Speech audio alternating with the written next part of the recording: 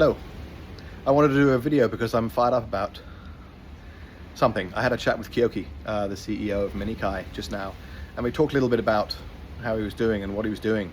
And look, I got this. See this? I got these. This was my old company, Tiger Spike.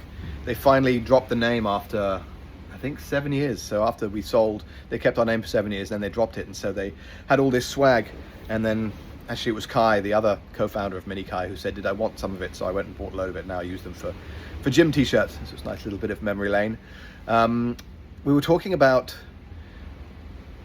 what matters to companies and culture, and what really kind of pisses me off these days is I see all these guys talking about ARR, right? ARR is annual recurring revenue. How much money do I make every year? And you know, Lovable has made 100 million in ARR. And you know, I wish Lovable would talk about, you know, the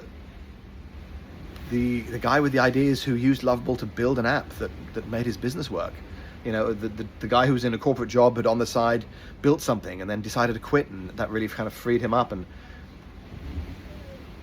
a lot of companies talk about, you know, ARR these days and how much they're doing, and I think maybe that's driven by the VCs, and the VCs really love it, of course, when you make a lot of money, but it's bullshit, right? It really is.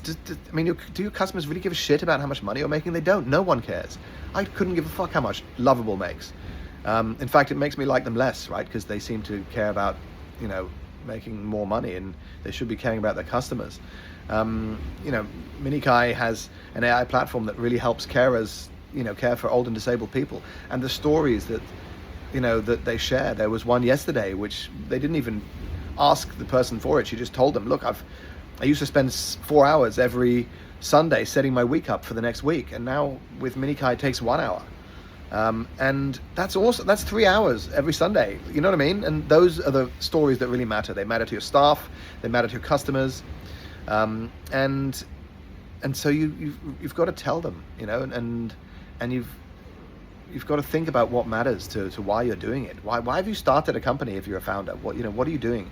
You're helping someone. You're solving some problem. There's a lot of founders I speak to, and they say, you know, Luke, can you help me with raising some money or doing what, you know? And then sometimes I look at their companies and think, your company isn't, you know, you've built your company to make money. That should happen by accident, right? Money should happen by accident.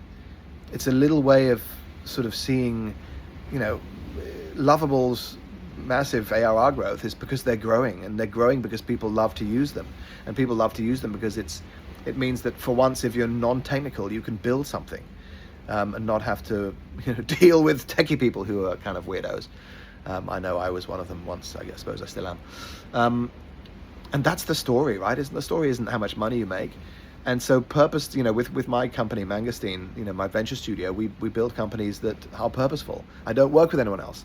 Because it's hard, right? Being an entrepreneur is hard. And if you don't have a purpose, and if you don't have those stories of what you're doing and who you're helping, then what are you doing?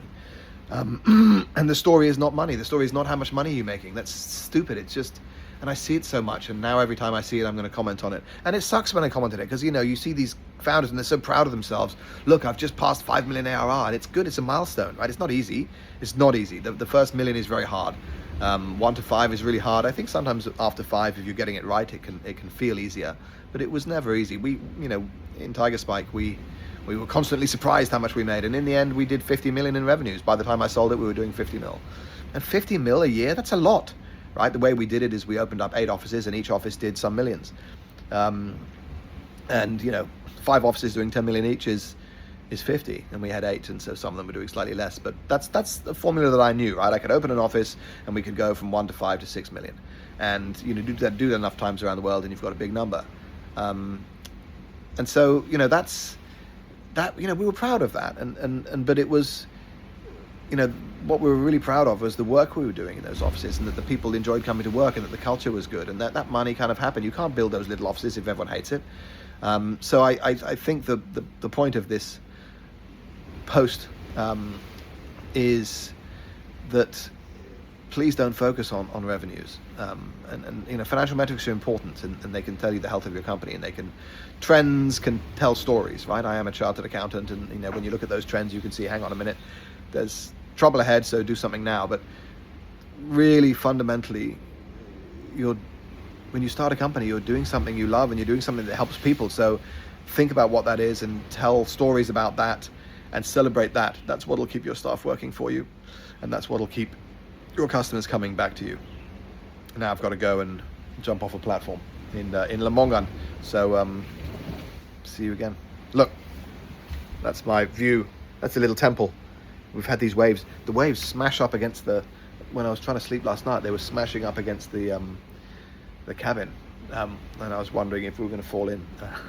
But yeah, I shouldn't be working on a Sunday, but I was, like I said, I was talking to Kiyoki, and I just got kind of excited and fired up that he is focusing on the right things, and not everybody is. And so here's a message to everyone else to stop focusing on money and financial metrics and start focusing on, the experiences of the people you're helping.